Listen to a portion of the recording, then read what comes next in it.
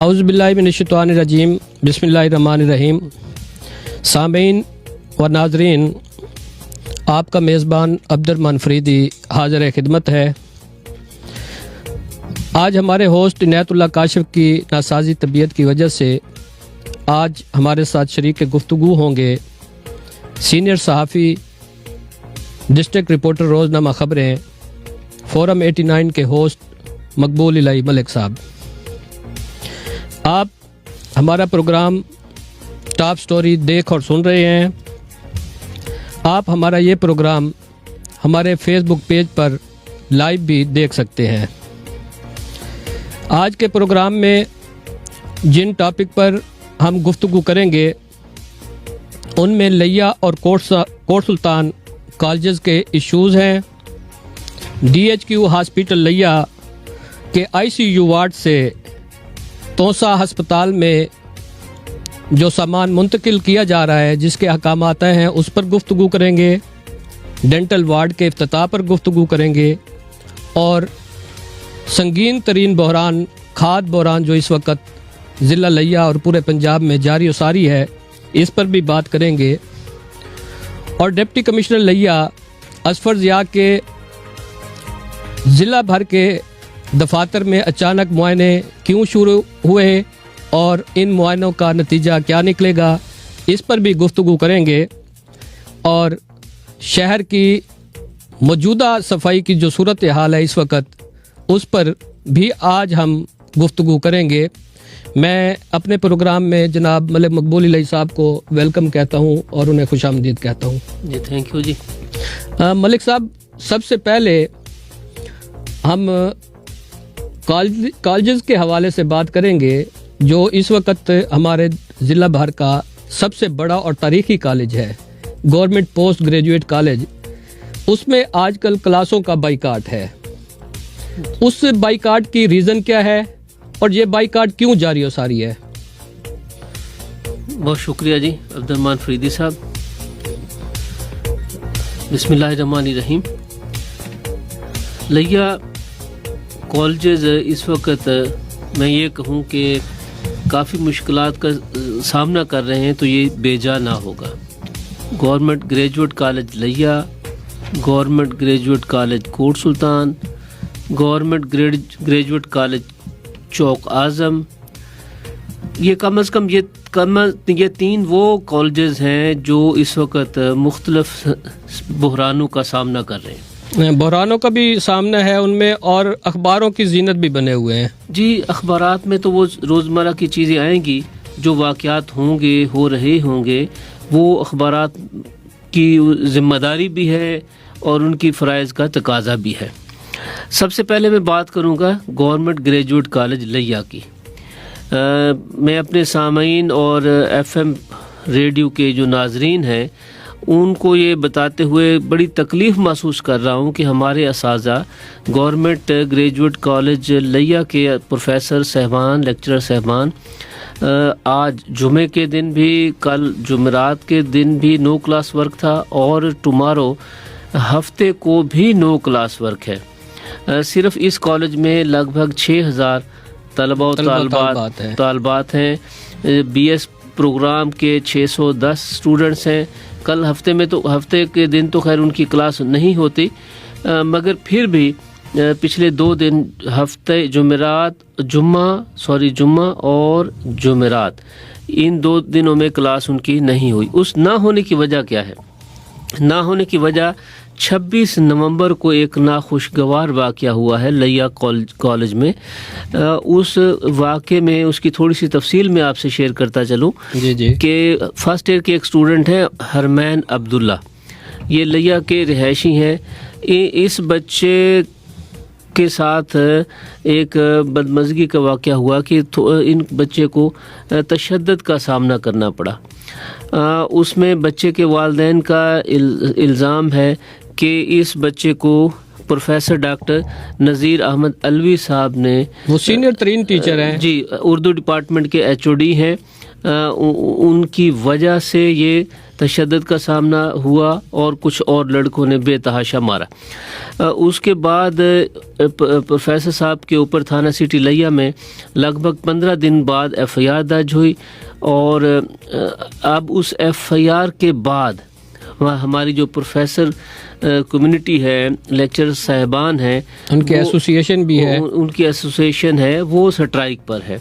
ان کا مطالبہ یہ ہے کہ یہ مقدمہ 100% غلط ہے، حقائق کے منافی ہے، قابل اخراج ہے، اور اس مقدمے کی وجہ سے کالج کمیونٹی جو ہے وہ عدم تحفظ کا شکار ہے، لہٰذا سٹی پولیس لیا اس مقدمے کو خارج کرے۔ اگر یہ خارج نہیں ہوتا تو پھر نہ صرف لیا ضلع کے کالجز میں نو کلاس ورک ہوگا، بلکہ کل ہفتے کے دن پورے ڈویژن کے جو کالجز ہیں گرلز بوائز کے، ان میں نو کلاس ورک ہے۔ آج میری جو ان کے ڈویژنل پریزیڈنٹ ہیں پروفیسر فرحان یاسر چاند صاحب، ان سے بات ہوئی، انہوں نے تفصیل سے بتایا کہ جی اب تک ہماری ڈی پی او لیا سے بھی بات ہوئی ہے، اور ان کے بعد ڈی ایس پی لیا سے بات ہوئی ہے کہ ہم اس مقدمے کو اخراج کیا جائے، اور سید رفاقت علی گیلانی صاحب سے جو مشیر وزیر اعلیٰ پنجاب جی مشیر صاحب سے بھی بات ہوئی ہے۔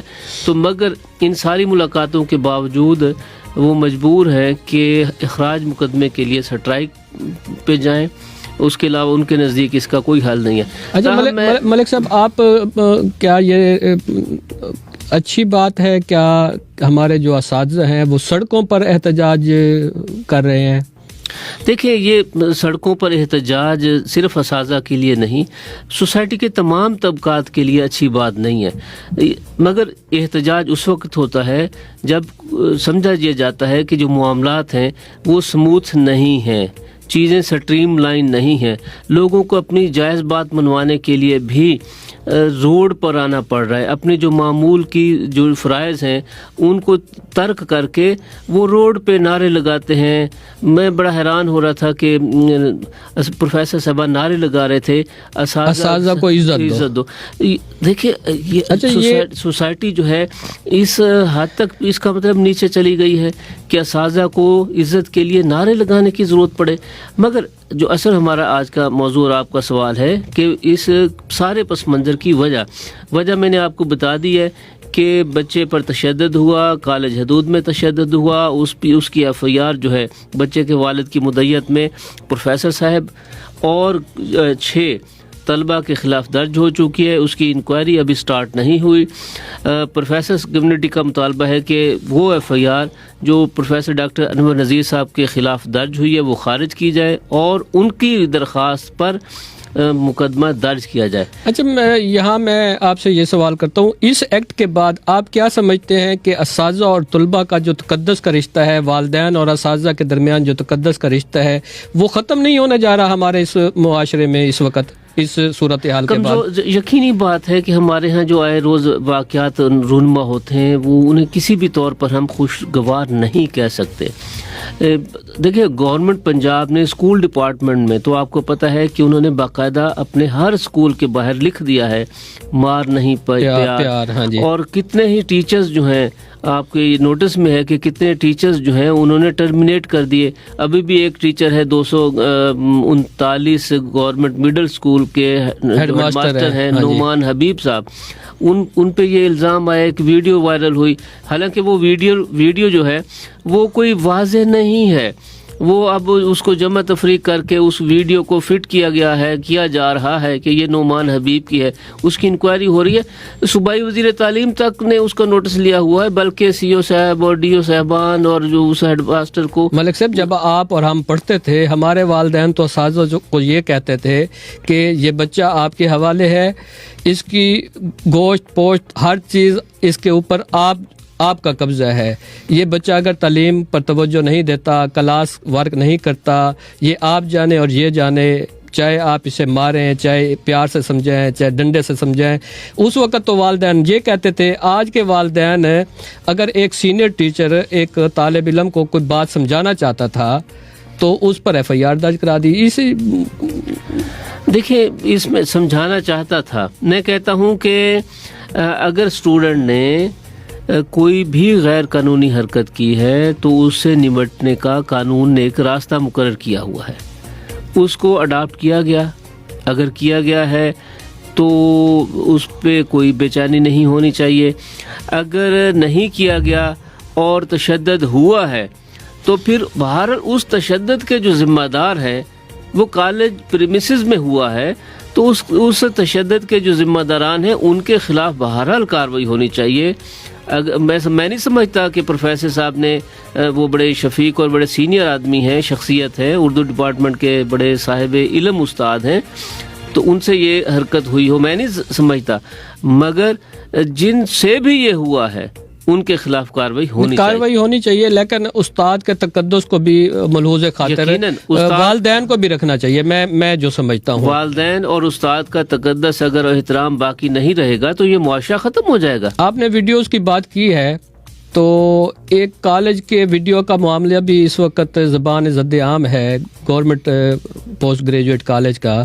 وہ کیا دیکھیں, ایک خبر اخبارات نے رپورٹ کی ہے کہ گورنمنٹ کالج کوٹ سلطان کے اسٹوڈنٹ جو ہیں وہ کوئی ویڈیو میں نظر آ رہے ہیں. دیکھیں اس میں آپ سے عرض کروں یہ کوئی پہلا واقعہ نہیں ہے. پچھلے دنوں یہ حاصل پور میں ایک واقعہ ہوا اور مختلف اداروں میں یہ ایسے واقعات رپورٹ ہو رہے ہیں. یہ جو انفارمیشن ٹیکنالوجی کے نام پہ ہم خوش ہو رہے ہیں کہ ہم بہت ترقی کر رہے ہیں, بلا شبہ ترقی ہو رہی ہے. اگر اس کا استعمال مثبت ہو تو یہ بہت اچھی ترقی ہے.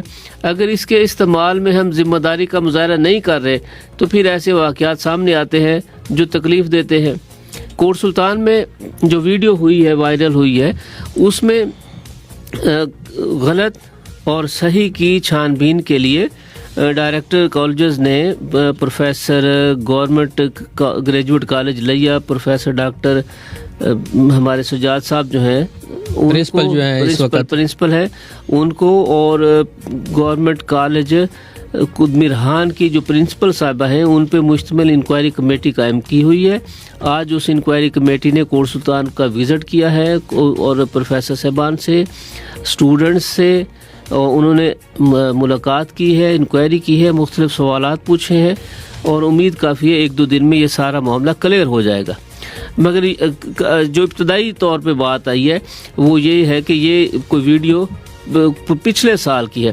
میں یہاں عبد الرحمن فریدی صاحب آپ کے پروگرام کے توسط سے یہ کہنا چاہتا ہوں کہ کوٹ سلطان کالج جو ہے یہ کافی عرصے سے مشکلات کا شکار ہے, یہ گروہ بندی کا شکار ہے.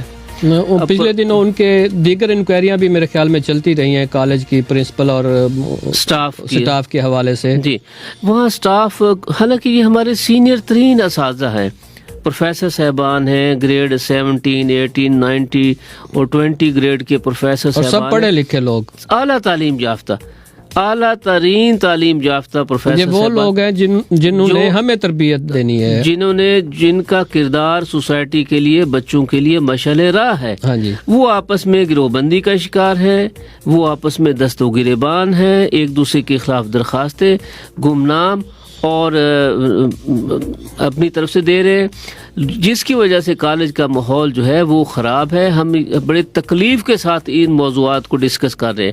یہ ہماری دستگاہیں ہیں. یہ گروہ بندی جو ہے, کیا کوئی ان کا جو ٹیوشن اکیڈمیاں ہیں یا اکیڈمی مافیا ہے وہ تو اس کے بیک پر نہیں ہے؟ دیکھیں, یہ آپ نے ایک اور میرے جو دل کے پھپھولے کھول دیے ہیں, مجھے دکھی کیا, وہ میں آپ کو اس طرح بتاتا ہوں کہ اس وقت لیا کالج میں 6000 کم و بیش طلبہ و طالبات ہیں. 1785 اسٹوڈنٹس وہ ہیں جنہوں نے فرسٹ ایئر میں ایڈمیشن لیا ہے, ٹھیک ہے. باقی second year, third year, final year اور بی ایس کلاسز ہیں. بی ایس کے تو 610 ہیں, مگر باقی جو ہیں دیگر کلاسز میں, انٹر اور گریجویٹ کلاسز میں ہیں. فرسٹ ایئر کے 1785 بچوں کی کیا کلاس ہو رہی ہے؟ یہ جو بچے کا ایشو ہے یہ بھی فرسٹ ایئر کا یہ فرسٹ ایئر کا ایشو ہے. فرسٹ ایئر کے بچوں کی کلاس نہیں ہو رہی یا برائے نام ہوتی ہے.